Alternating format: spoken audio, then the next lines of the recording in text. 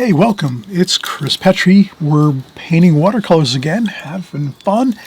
We're going to create this beautiful painting here. This is a rowboat in the water along a sunset, beautiful sun, setting sun, golden, orange, yellows, and reds to warm up the scene with some cool washes of some distant mountains, some cool shadows with the boats and the figures, and some choppy water with some cool shadows we create with some gorgeous colors, some cerulean and viridian, oranges and reds. We're using cadmium orange, yellow ochre, yellow burnt sienna, some alizarin crimson for some reds in here. So we've used some beautiful colors here. We have a great color scheme going on in this painting. We'll cover everything you need to know to get this painting done.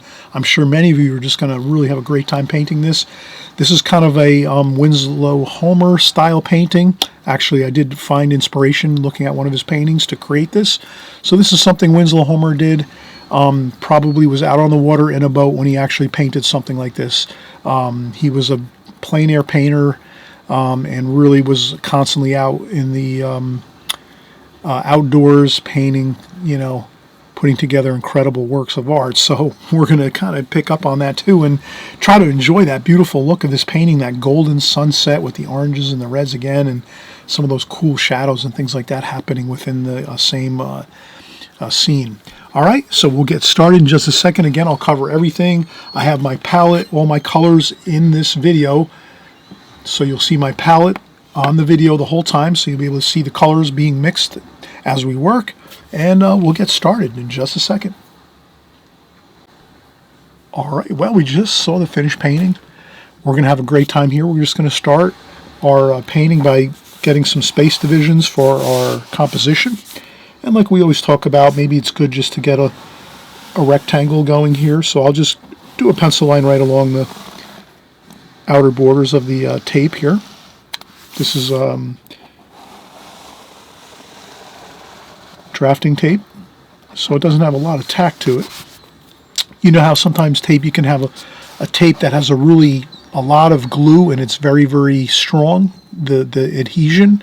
That's usually the kind of tape you probably don't want to use so much with watercolor. You want to use like that light tack tape. It's, they call it drafting tape. You can also pick up stuff at the your big box stores like Home Depot, Lowe's, stuff like that. Big stores. Amazon has it too. Frog tape, they call it. This is frog tape. I use this a lot. But this is drafting tape, and I use this.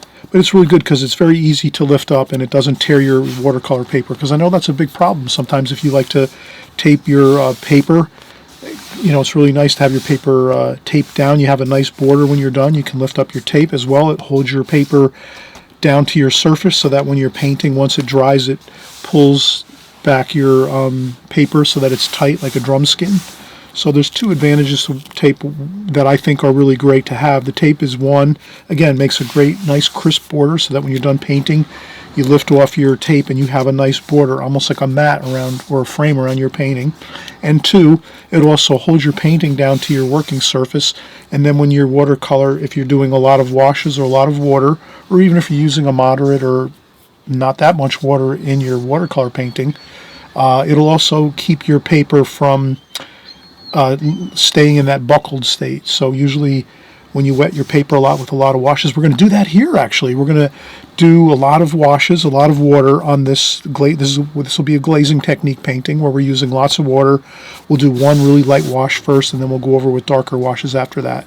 So this will be the glazing technique again that we're going to do, glazing method. And what that does is when you have the tape down, it lets the paper get back to its original state of being like flat, like a drum skin here. It's very, very tight. When we put a lot of water on this paper, it's going to buckle and kind of, you'll have those, rolls and buckling to the paper.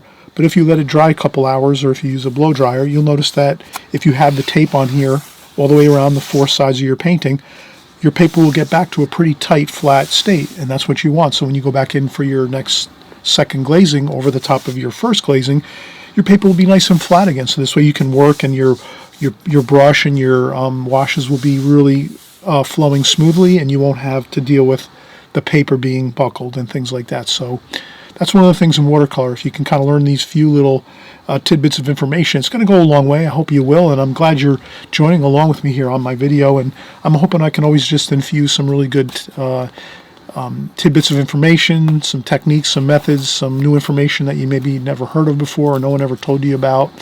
So friends, you're in good hands here. Let's keep going. So like I said, let's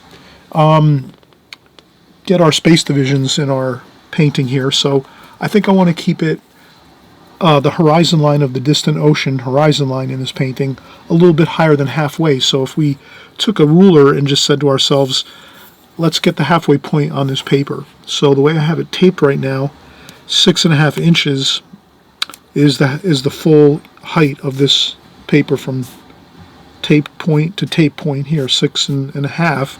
So if we go 3 1/4 and just put a tiny little dot there, and we could transfer that dot over here, that's the halfway point right there. So I'd like to go a little bit higher than halfway, so let's just do that. Let's take this dot and say that's halfway. Let's go a little higher than halfway, let's say about there.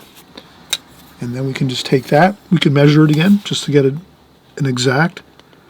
That's 2 3/4 inches. You can use the metric too. You can use the metric and see what that comes up with there. The metric on that is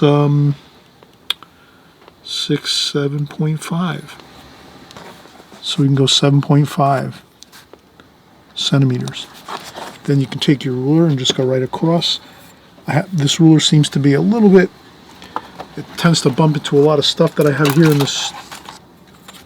This might work better. Okay, so I have a ruler that'll fit a little better.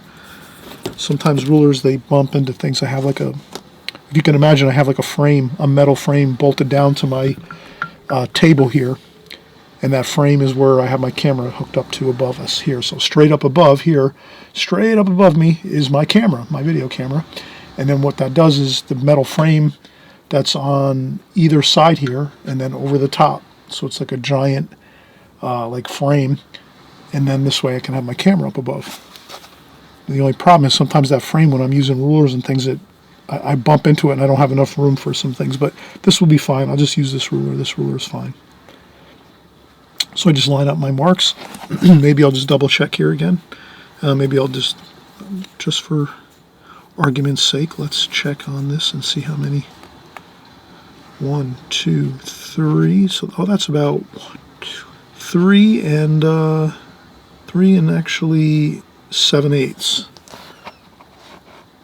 1, 2, 3, or 2 and 7/8. 2 and 7/8. 1, 2, 7/8. So that's 2 inches. 1, 2 and 7/8. Okay, this is a little bit lower. It should be there. Okay, better. Yeah, I looked a little bit low over there. So that's good. Yeah. All right. So now I'll just go across with my pencil line. I'll make it darker than I would normally, just so that you can see that. I hope you can see that. I'll even go over it again with a little bit of a darker line. I know sometimes the lights are really bright with my camera, and it doesn't always. It's not the best for when I'm doing some pencil drawing and stuff, but I'll put a dark line in so we can see that. Okay, so that's our pencil line there. And it's just a little bit above halfway. Now, what we're going to do next is we're going to just put a few things in. We're going to do the sun setting here, and we'll put it about right here. So we're going to make a little dab of orange, like a sunset over here when we're painting. And we could just say that if we were to measure it, that sun is going to be at 1, 2, 3 inches over. From the left side over this way, 3 inches here. So it's 3 inches here. And then it's about 3/4 of an inch up from the horizon line of the distant ocean. So it's 3/4 of an inch up here. And 1, 2, 3 inches over from this left side over here. And that'll be our sun, our setting sun here. And that'll be like kind of one of the last things we'll paint. We're going to do the lighter washes first. But I'm hoping you're going to have a great time doing this painting. This is great. So if you're just starting out in watercolor, perfect painting for you. And as well, if you've been painting quite a while or whatever, why not try a really fun, challenging watercolor painting where you're just putting tons of water on your paper, and we're going to have a fun time with that idea of the glazing technique. And I think if you practice all the techniques that you can really find out there, I cover quite a few on my channel, so I'm hoping you'll subscribe on the, right down on the below this video, there's a subscribe button. I hope you're going to subscribe and hit the notification bell too. This way you'll always see that we have new videos coming out every week. So at least every week we're coming out with 2 new videos or so. And then you can, join along with us and paint along with us and learn some new things as you go. And sometimes you'll see repetitive stuff too, which is good. The more you repeat things, the more you learn them. I always say repetition is the mother of skill. So if you want skills, you have to repeat things over and over and over and over again. And that's what gives you that skill, because it becomes second nature. You don't even have to think about it. It's like driving, right? Or riding a bicycle. Once you learn it, wow, you just got it. You don't even have to think about it. You're thinking about other things. You can be looking at something, paying attention to traffic, or when you're driving, you're doing so many different things at one time, but you like to always pay attention to traffic, cars coming, people dashing in and around here and there, people walking across the crosswalks. You're always trying to be defensive when you drive, right? We're always trying to be safe when we drive and watch out for things. But after a couple of years of driving, when we first start, we don't think about the gas pedal and the brakes and the steering wheel. That we just memorize. We memorize it and it becomes locked into our thinking, and then we don't even have to think about it anymore. It's just automatic pilot. So that's what you want. As much as techniques and methods that you can use in watercolor that become repetitive, where you do them all the time constantly, they become, like I said, you don't even think about it. It's like automatic pilot, and then that frees you up to think of other things that can expand your knowledge and your skills as a watercolor artist. So I'm hoping you'll stick with us here and keep painting with us. And always remember, every time you get together with us here, you're getting better with your skills, and you're putting in your time to get better as a watercolor artist, as much as you can do. I know some of you are very busy. Actually, I know all of you are all very busy, so we don't worry about that. We know we got stuff we have to handle in our personal time, as well as, caring for our families and everything like that, and our jobs and all the things we have to handle. But let's also do our time here and get in and do the work here on YouTube as we work each week. So again, we're talking about doing the glazing technique. We're going to start out putting on some really beautiful washes, but first thing we want to do is we're going to get one more thing in here. We're going to get our boat in. We're going to do a small boat, and that boat is going to be very close to our horizon line of the water, the distant ocean. So what I'll do is I'll take the boat and I'll make that boat just a little bit to the left over here of this setting sun, close. So the back of the boat's going to be almost straight down from a little bit over from the setting sun, and then we're going to go across a little bit like that, and then we're going to bring the front of the boat up like this. So then now I'll just make that a darker line. So we're going to have our boat here, and then the bow of the boat up here, and then we're going to come across here with our boat.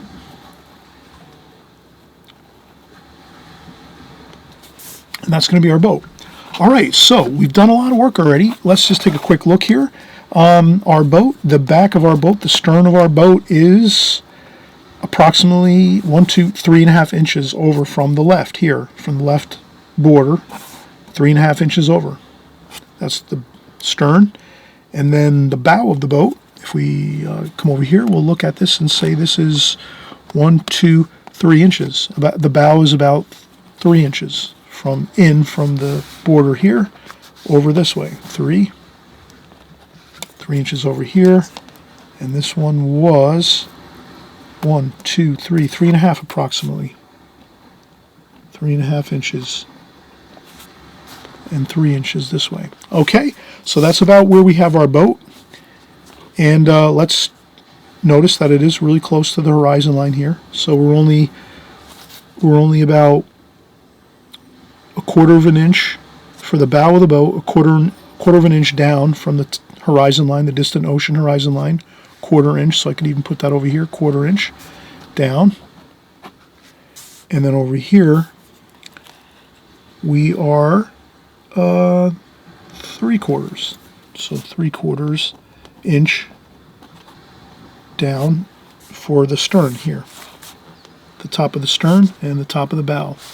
1/4 inch down from the horizon line here, 3/4 down here, and then we have our 3.5 inches in here to the back of the stern, and then the bow here, 3 inches over. That's about where the bow is of the boat. So now we have our boat located and drawn in really nicely. We'll do the figures next, but let's take a quick break. We've done a lot of work already, and that's a good time just to take a break, and then we can come back and consider our figures in this boat, and we'll see if we have a few other things we want to kind of work out before we get painting. Okay, so we'll be right back.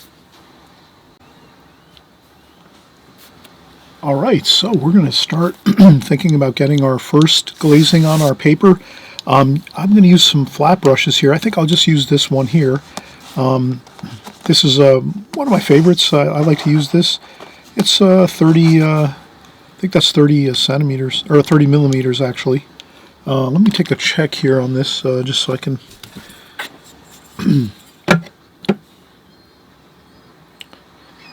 yeah, 10, 20, 30, yeah, 30 millimeters.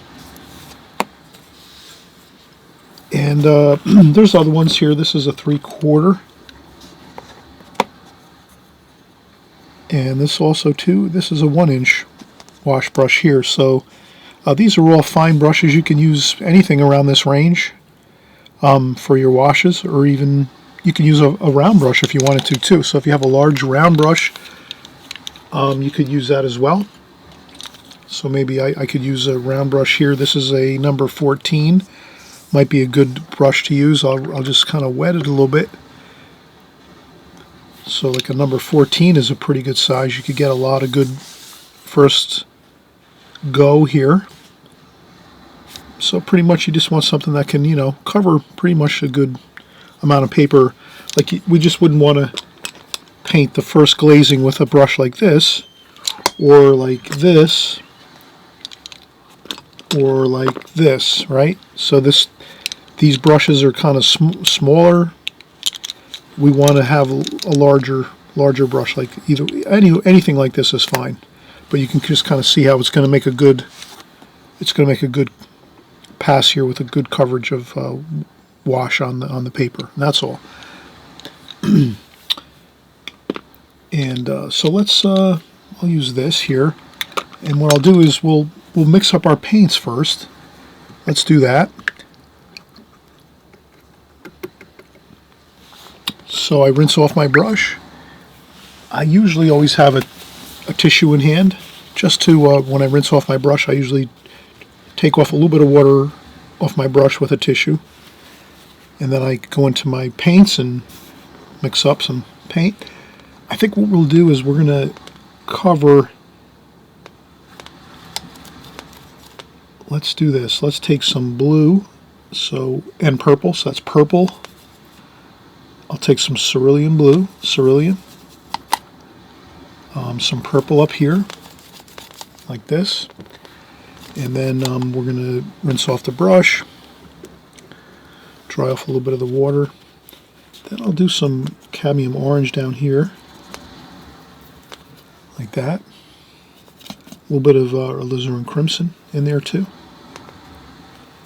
like that. And then also some yellow ochre or raw sienna. Both would work fine.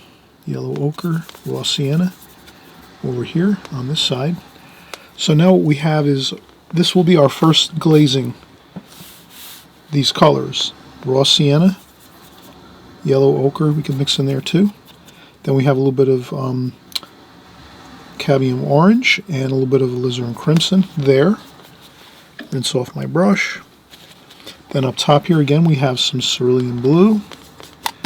We have some, I use, really my favorite purple is Winsor Newton Ultramarine Violet. That really is a beautiful purple. It seems to be the most perfect purple I can find in the tube form. And then we're also going to take a little bit of burnt umber. Just, have you ever heard this term, dirtying up your colors a little bit? So that is what that is. Sometimes it's good to like lower the intensity of some colors by just adding a little bit of burnt umber. So we're going to do that. Okay, so now we have our colors for our first glazing all put into our palette.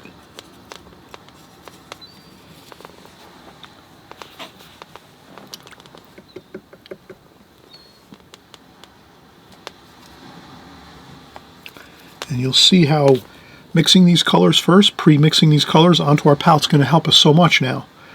What I'll do is, since I've been rinsing my brush off a lot in my water container, you can see my water container is a little bit murky looking. It's okay. We can use this water to do our first wetting of the paper. I think that's fine because that'll dirty up the washes a little bit too, which we kind of want. We don't want to have all high intensity color. And as you can see, when you put this first glazing of just first, we're going to do the water. So you just take some clean, fresh, clean water and just go across the whole paper, the whole watercolor paper. Take your time. Just wet the paper, give it a good coat of water, fresh clean water, and that's it. And just start from the top and work your way all the way down to the bottom, and that's it. Now the key to this is you wouldn't want to have lots of water like dripping and flooding off of your paper here.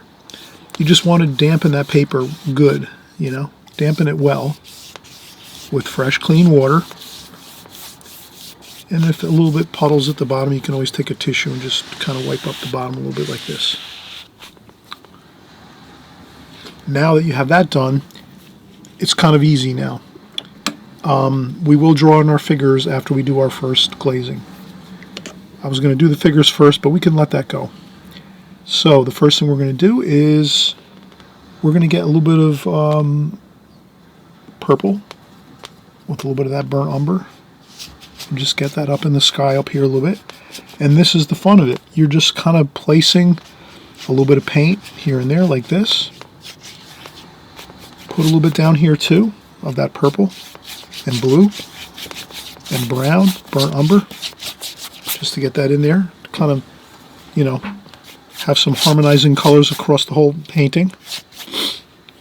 Again, this is a very light first wash, so you're not really too stressed about anything. It's kind of more of a fun time. You're just having some good time getting a light wash on here. Then we're going to do a little blue. Maybe over here we'll do a little extra blue. You get in some of that blue over here. You know, maybe some through here like that. So you put a little bit of blue here. And then maybe a little bit of blue across here too. Just randomly like that. Then I think what we'll do is we'll add some purple. Like this, some more purple with a little bit of the brown, muddy it up a little bit. Take that purple and do that. And I'd go right along that horizon line like that.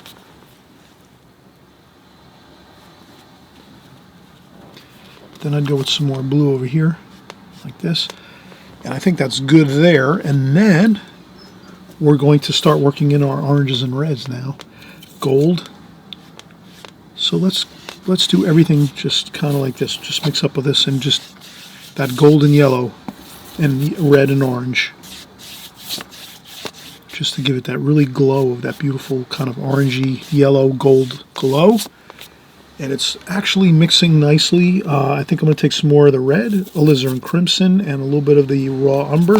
I mean, yellow raw sienna, or yellow ochre works fine too. And we'll just do a little bit of the red here, because we're going to have the red sunset. We're going to have the actual sunset with that red. So there, we're going to put a little bit of that and a little bit of orange too. Get a little bit of the orange in there. And it's just fun to get a little bit of that color in there. Look how good that looks. And then a little more of that over here too. Like that. And that's it. If you can imagine, if you can get that in like this, let it go. That's the perfect time. We're going to take a break. We have to let this dry 100%. So now this is the thing about glazing technique, is you always want to remember, once you get this first light wash, and I forgot to mention, we have some red up here, alizarin crimson and yellow up here too as well in the sky. Some of that orange and red and gold. So let's put a little bit of that gold and red up there like that. And then I'll just rinse my brush off, dry off a little bit of the water, so I kind of have now a damp brush. And let's just do this. Let's get a little bit of the, okay, just a little bit like that.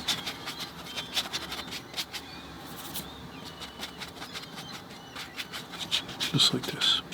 Okay, all right, there we go, perfect. That is what you're looking for. A nice harmonizing color scheme. We've mixed all the colors that we had in this palette right here across the whole sheet of paper. We didn't blotch it and make just blue up here and then forget to put blue down here. We put blue everywhere. We put red and orange everywhere. We put the purple everywhere. You can kind of see that, and the yellow ochre everywhere. If you went with too much color, maybe you lift up a little bit. If you think you see a spot or two that have too much, that's fine. You can lift up a little bit, but that is it. And now it's the dry time. So you can do two things. You can do, you can let your painting dry naturally for about 2 hours. Depends how warm your room is. If you have a warm room and the heat's on high, it might dry in like an hour, hour and a half, 2 hours. If you're in a cooler room, it might take 3-4 hours to dry, or if you have a blow dryer, it takes like 10-15 minutes, or even less than that, even 5 minutes. You can blow dry this all off. But the main thing is, right now this paper is buckled. It's like this. It's like, you know, like a camel's back. So right now what we want to do is we want to make sure we don't come back and work on this until this paper is flat again, sitting flat down tight to the table the way we started, and it will get back to that state as long as you dry it. So either it takes a couple hours to let it dry, or you use a blow dryer. That takes maybe 5 or 10 minutes at most, let's say, around there, give or take. And you'll see that it'll get back again. The paper will become flat, and that's when you go back in and start working again. But it has to be dry to the touch, and you shouldn't have any big buckles in your paper at this point after you let this dry. So that's the key now, let this dry. And then we'll come back and we'll finish up, and we'll do our figures and our boat and a little bit of the waves. We're going to do some beautiful lines with the waves, you know, some water, some of that current and the waves kind of splashing around. And I think that'll be it. It'll look really fantastic. All right, so my friends, let's come back, but we have to let this dry. So remember that. Let it dry, and we'll come back and finish up. All right, we're excited. Our paper's dry at this point, for the most part. It's a tiny bit damp. So this is one of those things with the glazing technique is you can go back in if the paper's a little bit damp. So I have a tiny bit of buckling on my paper, but it's just very, very a little. And I can feel a little bit of dampness on the paper, but not much at all. So it's pretty much dry to the touch. It just has a tiny bit of like dampness to it, but that's fine. So if you can get it to that point where it's dry to the touch, but it has a little bit of, you know, buckling to it. It's tiny, you know, a little bit. That's not a problem. And that's one of the things with the glazing technique that you can learn over time is you could work with your paper when it's a little more buckled and still even damp or a little bit wet. But for this purpose, when I'm creating my videos, I want to make sure you get good success when you're doing your paintings. So always remember, when I kind of share things on here and I'm kind of showing you my methods and techniques of how I'm doing something, I will kind of tell you the way, you know, I will tell you certain things now, like I'm saying, you could go back in and work on your paper when it's a tiny bit damp and start putting in, you know, additional washes, like our secondary washes now, the darker washes. But you're safer to go in when your paper's pretty much dry to the touch, which it is right now, like this. But you could work on it when it's a little bit damp, so you have to kind of feel it out and yourself and try doing that, you know, experiment with that idea when you can. So we used our flat brushes to get our first washes in. Then we'll work in with our other brushes now. We'll use some round brushes. Maybe I will use some of those smaller round brushes like this here. So you'll see I have some round brushes here. I have a Charles Reed number 6, a Skoda brush, which is the signature series Charles Reed brushes. I have Da Vinci Maestro travel brushes here. I have, this is also a Da Vinci Maestro. And this is, I think, a number 8 brush. Yeah, number 8 round brush. And the point's getting a little bit weary on that one. But you're fine with some round brushes in the small to medium size right now, because we're not doing really large washes at this point. So I'll leave those brushes over to the left here, and I think I'll start to work some washes in here. But before I do that, let's get the figures in. I meant to do the figures a little bit earlier, but I think we'll be fine if we do the figures now. So we're going to put one figure in the back of the boat here. So I'm just going to make a round shape of a figure like this, and then a head on top of that figure, and then maybe even an arm over here like so, and then maybe a fishing pole up here like this, and let's have another figure over here like this, over here like this, and then another figure here. So we're going to have two figures over here and then one figure over here on the left. That should be fine. Okay. Let me go a little bit darker with my figures, because I realize sometimes it's hard to see.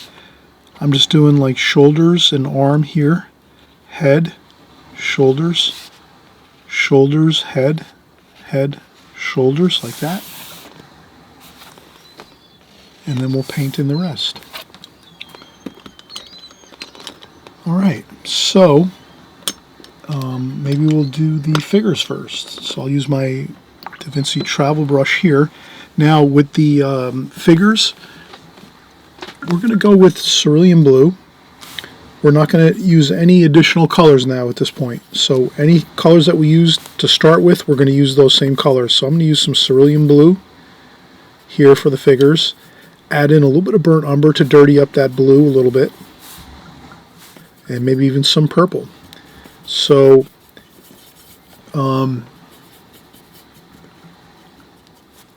then some more burnt umber over here. Maybe a little bit of alizarin crimson and burnt umber for some of that dark, with some cerulean blue like that. Anything else that we can use to darken something up would be fine.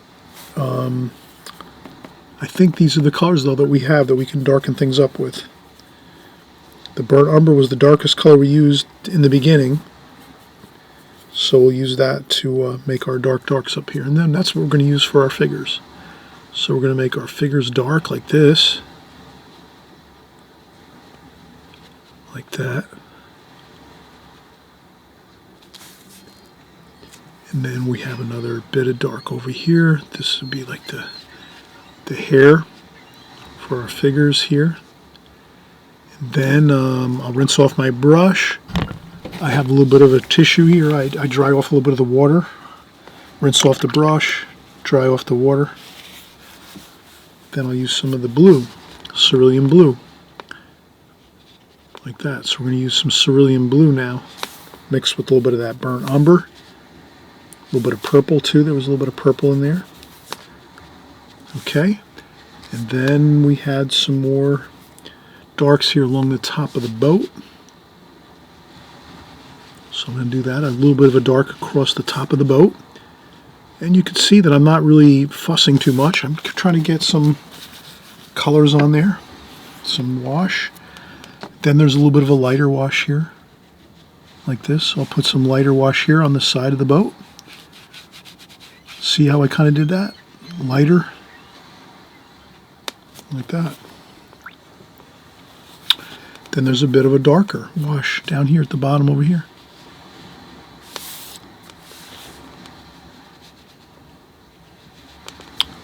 And then I just start to do a little bit of some waviness there.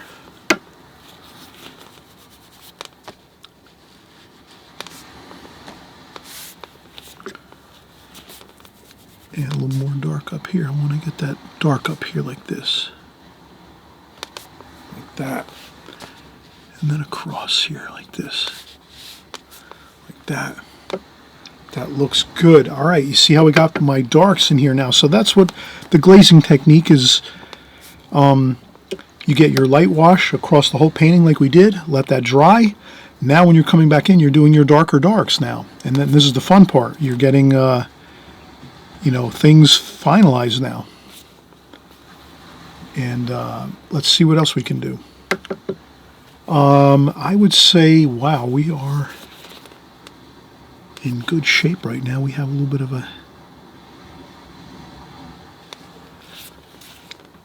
I'll do a little bit of a dark here for the fishing pole.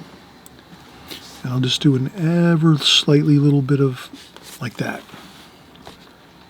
So he's got his fishing pole there. Maybe this guy here too has got his pole over here. Maybe they're doing some, this is a rowboat. Maybe they're doing some rowing too. Maybe that could be it's a little mysterious here. And then,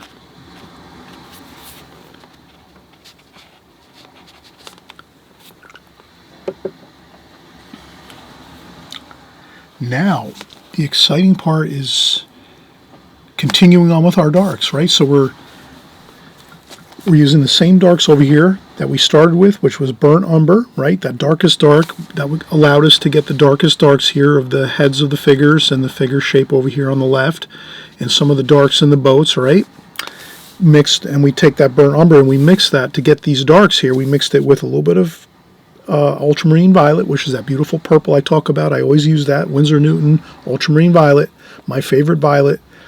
And then we have cerulean blue, and we mixed all those three colors together. Cerulean blue, burnt umber, and a little bit of ultramarine violet. And that's how we got all of these darks here. And incidentally, I did mention that we're keeping with the harmony of colors in the painting, which we started out with those same colors, right? So I didn't add any new colors into the color scheme. When we started the painting, we started with the cerulean blue, ultramarine violet, burnt umber, and then we had also we also used a little bit of red in here, I think, too, the alizarin crimson. But we had the alizarin crimson, cadmium orange, and raw sienna and yellow ochre, too, for the yellows and the golds in this painting. So we didn't add anything so far anything we've added so far into our painting has all been the same colors we started with at the very beginning when we did those first washes. So always remember that. Whatever washes you start with, you pretty much can stick with that same color scheme. If you did want to add a color, you can do that. You just have to make sure that you add it a little bit everywhere. And you'll see me do that in my paintings a lot. That's one of my things I always kind of mention to everybody is if you're going to add a new color to your painting, if you think about it and you're saying, oh, you know what? I want to add some, maybe, I don't know, maybe you wanted to add some Viridian, the green, Viridian green to your painting. You could do that here in this painting, but you just have to make sure you, even if it's just very slightly, very little bit, tiny bits, you'd want to add it a little bit everywhere. Maybe a little bit here, a little bit here, up here, down over here, and then maybe over here in the boat a little bit. Let's try it out. Let's take some Viridian. Okay. We'll put it up here. Now the thing is, we have to make sure if we're going to add it over here somewhere, let's say in the boat a little bit, we add a little Viridian in the boat, right, over here a little bit. Now we just have to remember, we got to add that other places, and you might have to go back and grab your larger brushes, get your brushes loaded up with a little bit of water, dry off a little bit of water off your brush, get a little bit of this here, and then maybe you add a little bit of Viridian like that. Whoa, look how good that looks, right? So you can do it. You can do it. If you want to add an additional color, go for it. You know, you might think about it as you're painting. You say, oh, you know, I wanted to add this color. I forgot to do it in the beginning. Well, no problem. Do it. Get it over here, too. A little bit of Viridian over there. Maybe up here a little bit, too. Viridian is one of my favorite colors, so I added it in there. Not only there, we have to add a little bit to the water. So I rinse off my brush again.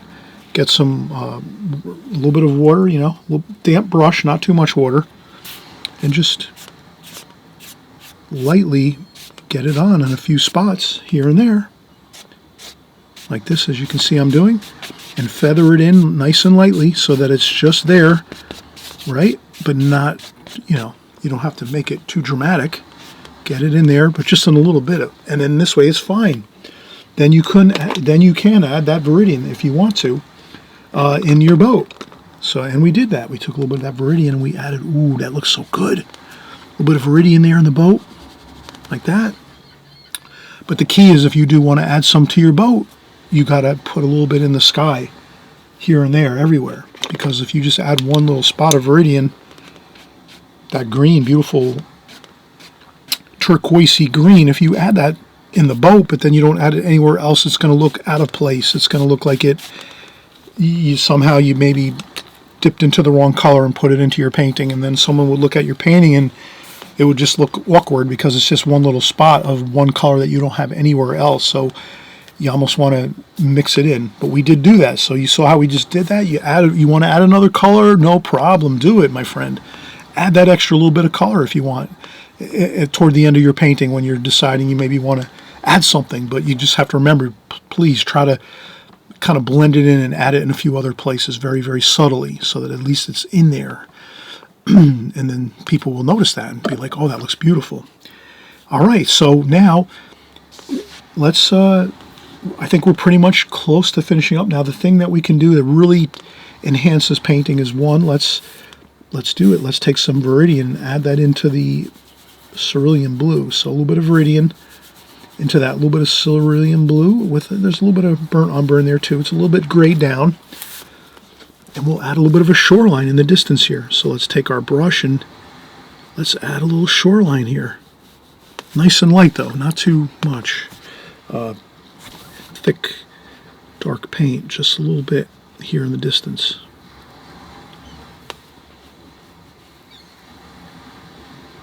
Okay. I'll taper it down and then leave some so I'm going to taper it down here, and then maybe we'll come back over here.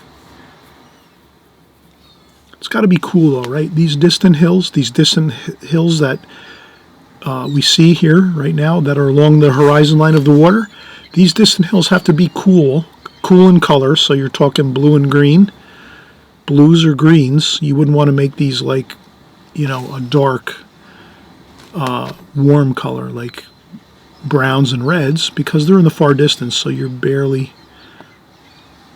seeing anything really like detail wise. It just looks like a nice subtle cool color in the distance, like those purple mountains in the distance in paintings you sometimes see. Okay, so we have some hills in the distance. That makes it more three-dimensional, like you're feeling a three-dimensional quality now starting to take shape in this painting. Some distant hills. You could blot a couple little bits there, make it kind of misty.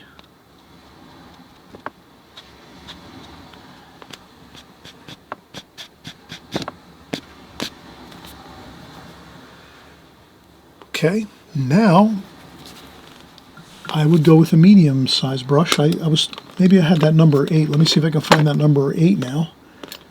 Okay. Or this is maybe a number 6. Yeah, let's use a number 6 here. So now I'm going to take that cerulean blue. So let's again figure some cerulean blue, a little bit of ultramarine violet, a little bit of brown. And we have that nice grayish color, a little bit of green. Let's add a little bit of that green in there too. That is the Viridian that we were talking about. Perfect, look at that. Kind of a grayish green blue. And that's what we're going to use for some beautiful waves in this water, some choppiness to the water. So if you want to add some beautiful dynamics to this, we get a little more water. So we want to have a little more water here. I didn't have enough water right there in that first bit there. And then you just take some, and you just do some waviness with your brushes like this.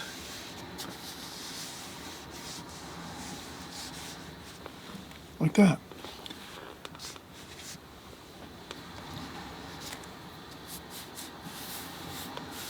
You can even do this too. You do your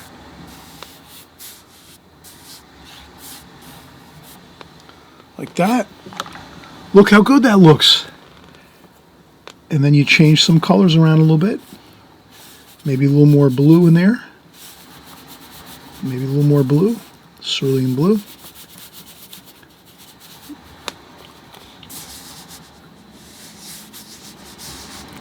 And the quicker and more fun you make these little bit of brush strokes here and there, and I wouldn't do too many here, I would just do a few here and there, so I'm sure you can kind of see how I'm doing this. I'm not really spending too much effort.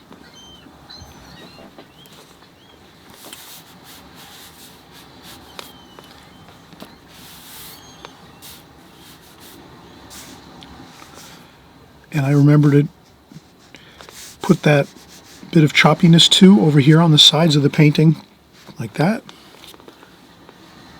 Okay.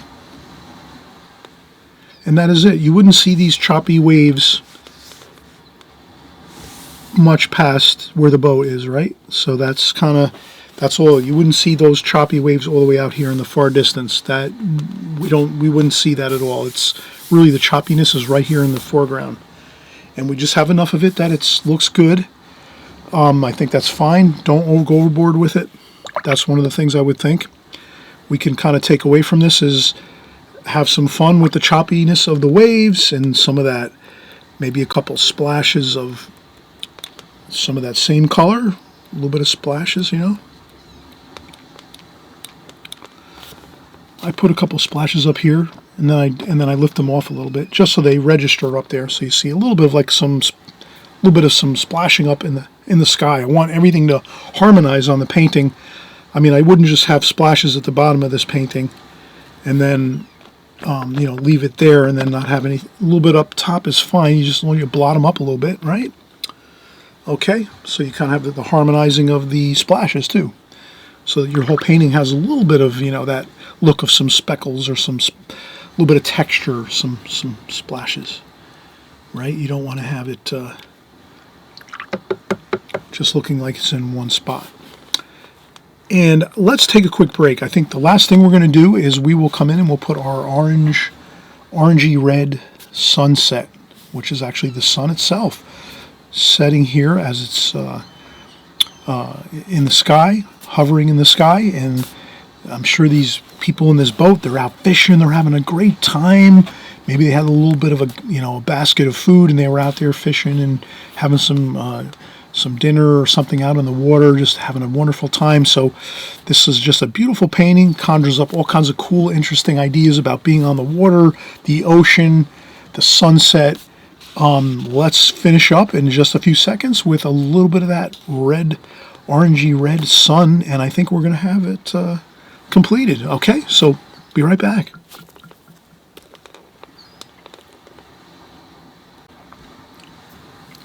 All right, so we're just going to finish up here now. Let's get our orangey red sun like we talked about. We'll use, again, some of the alizarin crimson. What I'll do is this is always good if you can. When you want to create like a very powerful, very strong color, and you want to make sure that it's looking just perfect, you'd want to clean a section of your palette just there like that. This way we go in and we get some of that alizarin crimson like this, and it's not getting grayed down at all, or that can really be a help if you want to get something just right. So we have orange and red. So we're using some cadmium orange and red. Like that. Okay. And what I'll do is I'm just going to take the point here and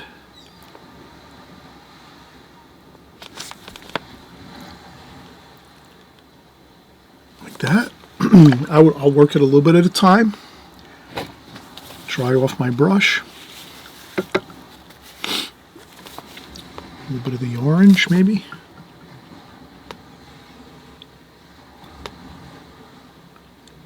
Like this, like that. Then I'll lift up with the tissue a little bit. Like that, and then maybe I'll dab in just a little bit of the red.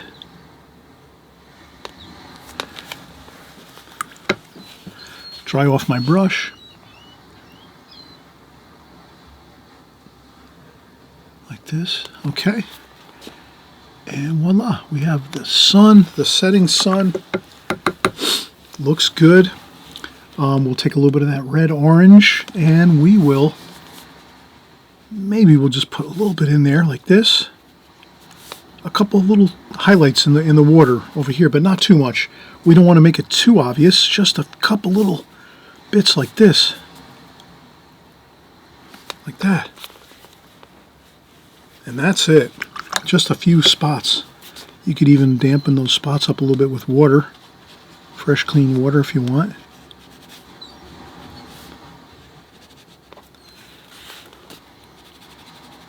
You know, you can smooth them out a little bit, make them a little bit less obvious. But I think that looks really good. And I think we have a completed painting. If you wanted to, you could take a little bit of the orange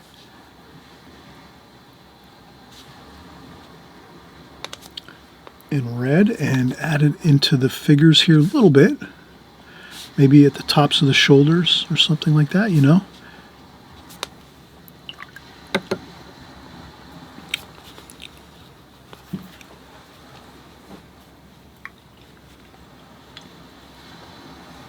But I hope you had a fun time painting along with me. Thanks for coming along with me and painting. We're having a great time here on my channel. I'm hoping you're going to continue to watch as we make new videos going forward. We're always continually creating new content on my channel. We change it up all the time. Sometimes we're painting flowers. Sometimes we're painting beach scenes. Sometimes we're painting ocean scenes like this, seascapes. Sometimes we're doing figures. Sometimes we do portrait painting. Other times we're doing like landscape paintings, you know, farmhouses and all kinds of cool stuff like that. So check out all my older videos too. I have archived videos. You know, you just type in one thing like Chris Petri flower paintings. You'll find 100 flower paintings that I've created over the last, 10 years on my channel. So don't ever be shy about going back and practicing up and working on some of the older stuff, older videos that I have. That's like a resource for you to practice up and work with. But I always know I'm creating new videos all the time. So that's the fun thing. We're always here in the present moment creating new paintings constantly, okay? And so what we'll do is right now, we talked about it before. If you have your tape, look how good this looks when we isolate this and we peel off our tape. Like that. Doesn't that look great? It's like a mat or a frame around our painting right away. And this is really great because what I always thought was helped me as a watercolor artist as I was coming up through the ranks all the time was if I taped my paintings like this, whether it was a small composition or a medium-sized painting like this or a large composition, as long as I taped the outside borders, number one, it's a functional use where, again, like I said, it keeps your paper from buckling when it dries. And then it also creates this border, and that's really nice. And then I can pin these up on my wall, hang them on my refrigerator, say, wow, that one came out really good. Let me put that one up. And then I would look at it and be really happy and say, yeah, I'm happy with that one. That one came out great. Yeah, I've done a lot of paintings where they don't look that great. I'll be honest with you. So don't worry about it if you create paintings that don't look good.